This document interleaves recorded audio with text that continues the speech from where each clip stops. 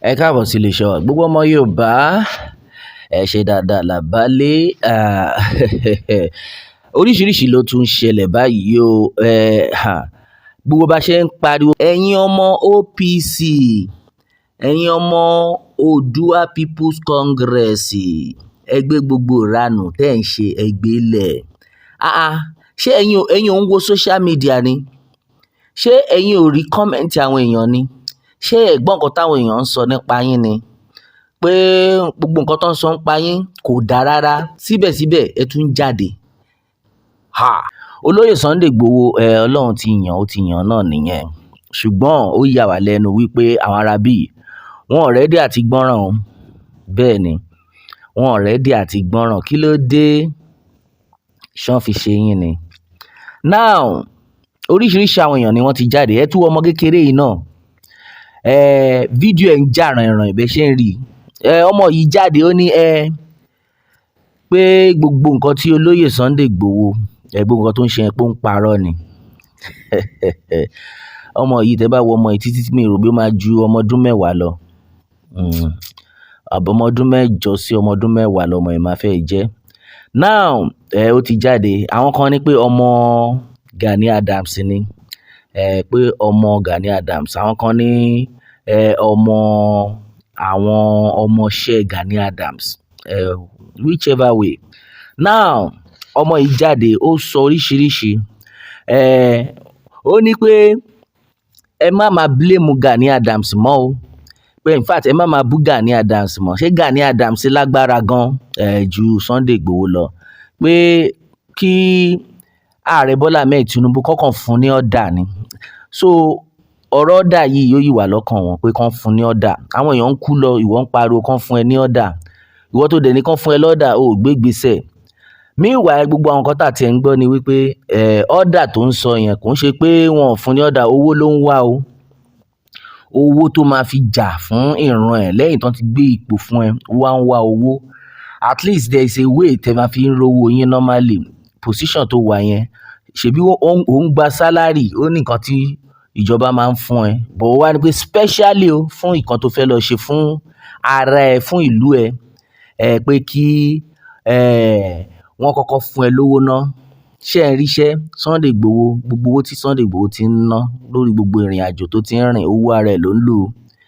Bóyá later ìjọba kan lè compensate ẹ̀, but at least ó fẹ́ kọ́kọ́ prove, kó tiẹ̀ prove fún gbogbo ayé, kó prove fún gbogbo ọmọ Nàìjíríà, kó prove fún ìjọba pé ẹ wo, mo lè ṣiṣẹ́ iṣẹ́.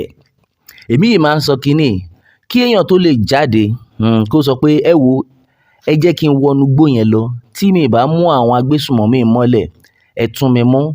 Ìyà tó bá wọ̀n yín ni kẹ́ fi jẹ mí. Ẹni tó lè jáde tó lè sọ orú nǹkan bẹ́ẹ̀ yẹn, ẹ wá ní pé ó ń fẹnu wú gate. Ẹ̀yin tí ẹ fẹ́ ni wú gate, tẹ́ kàn jókòó sójú kan tán dẹ̀ ń pa àwọn èèyàn ń pakúpa. So ẹ̀yin yẹn tí yẹn ló wá better. Because now I don't understand. Ẹ wo irú ọmọ kékeré tó jáde ńsìn, tó ń pariwo wípé ẹ jẹ́ kí ààrẹ ló lè ṣe é, pé Sunday Igboho ń parọ́ ni. Ẹ̀yin wá wo irú àwọn nǹkan burúkú tí wọ́n ti ń gbìn sí ayé ọmọ kékeré yìí. Ẹ wo nǹkan tí wọ́n ti ń gbìn, ẹ wo àwọn ìwà ìkà tán ti ń gbìn sínú ayé ọmọdé yìí. Láti kékeré ẹ̀, ọmọ tó ti lè ju ọmọ ọdún 10 lọ. Ó mà ṣe o. Bẹ́ẹ̀ ni àwọn kan tún jáde. Wọ́n ní bí Gani Adams ti ṣe wà yẹn, pé Gani Adams ó ní good record. Pé Sunday Igboho kó àwọn ọmọ bó ṣe bẹ̀rẹ̀. Irú máa yìí tó jáde náà ló ń sọ eléyìí o. Another person. In fact, àwọn ajá Gani Adams wá pọ̀ báyìí. Ó ní pé according to him, mo ní tí ẹ ṣe ń wo fídíò yẹn náà, òun náà ló ń sọ̀rọ̀, òun náà lẹ ń wò yìí. Ó ní bí Gani Adams ṣe wà yẹn, pé ó ní good record. Pé Sunday Igboho ò ní good record. Pé ìgbà tí Sunday Igboho join ní OPC ńgbà náà lọ́hùn, pé mínísọ̀ mélòó ó ṣà ń dárúkọ, ó kàn sọ̀sọkúsọ.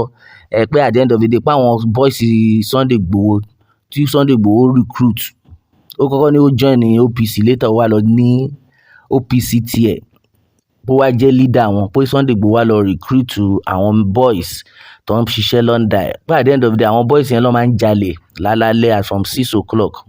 Pé nǹkan tí wọ́n fi lé Sunday Igboho dànù kúrò nínú ẹmọ ẹgbẹ́ OPC nìyẹn. Eléyìí náà tó tún jáde tó tún sọ ìsọkúsọ. Kí ni problem yín?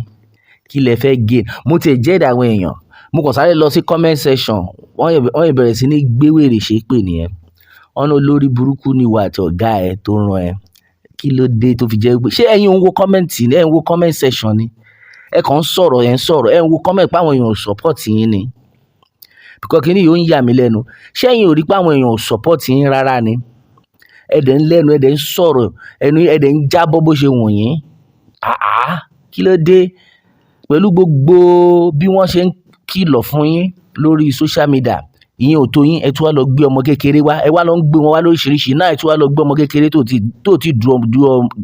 ti ju ọmọ ọdún mẹ́wàá lọ.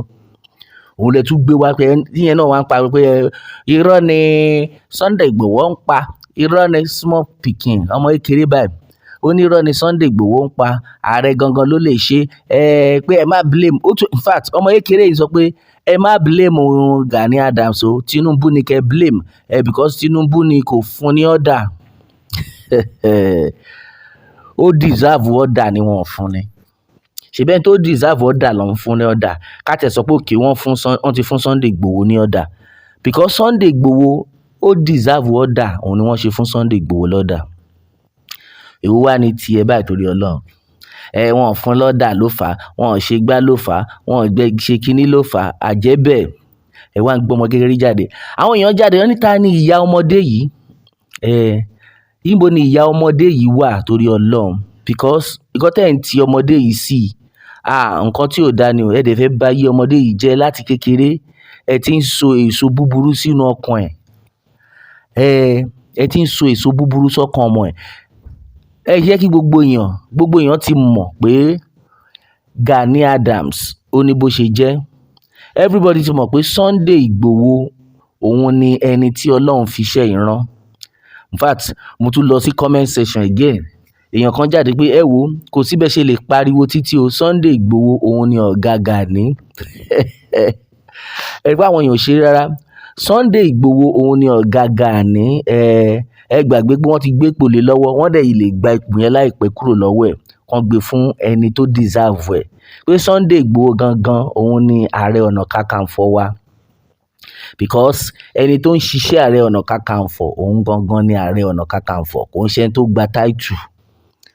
Bẹ́ẹ̀ ni, pé kò ń ṣe ẹni tó gba title. Ẹ wo bí gbogbo ẹ ṣe ń lọ yìí, nǹkan tó dáa làwa máa ń support. Tí Sunday Igboho bá ṣe nǹkan tó dáa, a ní support ẹ̀. Bẹ́ẹ̀ ni, tó bá ṣe nǹkan tó dáa la máa support ẹ̀. Tí Gani bá ṣe nǹkan tó dáa, a máa support ẹ̀. Bẹ́ẹ̀ ni, tó bá ṣe ohun tó dáa tó tọ́ pé bí wàá dọ̀là ń sìn Gani wá jáde pé wo ẹ̀yin ọmọ Yorùbá ẹ má bínú o, mo ti realize gbogbo nǹkan tẹ́ sọ o, mo ti ready báyìí àti ṣe normal. Ká dẹ̀ rí i pé ó dẹ̀ ṣe normal lóòótọ́ o, ó dẹ̀ ń jà from the bottom of his heart pé gbogbo àwọn boys tó ń jáde yẹn èmi kọ́ mo rán wọn o, wọ́n kàn fẹ́ borúkọ mi jẹ́ ni o. Ká dẹ̀ rí i pé Gani dẹ̀ ń ṣe nǹkan tó dáa, why not? A máa tẹ̀lé, a máa promote ẹ̀. Yes now, a máa promote ẹ̀, a máa pọ́nlé, a máa ròyìn ẹ̀ fún gbogbo ayé, because nǹkan tó dáa ni àwọn èèyàn fẹ́. Gbogbo aláàárín rí bó ṣe ń lọ nílùú pé nǹkan ò wá òkè. Èèyàn kan dẹ̀ jáde pé òkè o, ẹ má worry, mo máa assist yín kí nǹkan dẹ̀ dáa. A dẹ̀ rí i pé gbogbo nǹkan tó dẹ̀ ń ṣe yìí ó dẹ̀ ń work out. Ẹ rí gbogbo àwọn èèyàn tí wọ́n rescue ni. Báyìí sọ̀rọ̀ sí àwọn ajínigbé, wọn bí wọn dá gbogbo wọ́n ti fọ́n dàgbé kúrò nílẹ̀ Yorùbá. Lẹ́yìn tó ti rí pé olóyè Sunday Igboho ti wọnú gbó, gbóhùn wọn mọ́. Ohun ajínigbé mélòó lẹ́ ń gbọ́ lẹ́nu ijọ́ mẹ́ta yìí? Tó ti rí pé ìjọba ti fún lọ́dà finally. Gbogbo wọn ti sá dànù, wọ́n ti wọ Kútọ̀nù, àwọn kan ti wọ Niger. So kí la wá ń sọ? Ẹni ẹ máa wo ti yín. Yorùbá Nation ní ọ̀nà àbáyọ. Ẹ̀yin èèyàn wa, kí ni ẹ rí sí gbogbo ohun tó ń lọ yìí? Wọ́n tún gbé ọmọ kékeré jáde. Gbogbo àwọn àgbàlagbà ti sọ̀rọ̀ títí tí wọ́n á wò pé ó dàbí àwọn àgbàlagbà yìí wọn ò fẹ́ tẹ́tí sí wọn, bí wọ́n máa tẹ́tí sí ọmọdé yìí. Àwọn èèyàn béèrè pé ta ló bí ọmọdé yìí? Ẹ tètè wọ́nù ìyá ọmọdé yìí kó mọ nǹkan tó ń ṣe. Wọ́n wá ń fọ̀rọ̀ sọmọ kékeré lẹ́nu kó máa sọ̀rọ̀ yánmayànma. Ẹ jẹ́ ń gbọ́ nǹkan tí ẹ rò ẹ̀yin èèyàn wa lórí ọ̀rọ̀ yìí. Ẹ má dẹ̀ gbàgbé láti subscribe ẹ tẹ̀lé Pilado World, ẹ share, ẹ like, ẹ fún thumbs up, kó lè débi tó yẹ kó dé. Ó tún dìgbà míì o, ẹ̀yin èèyàn wa, ó dàbọ̀.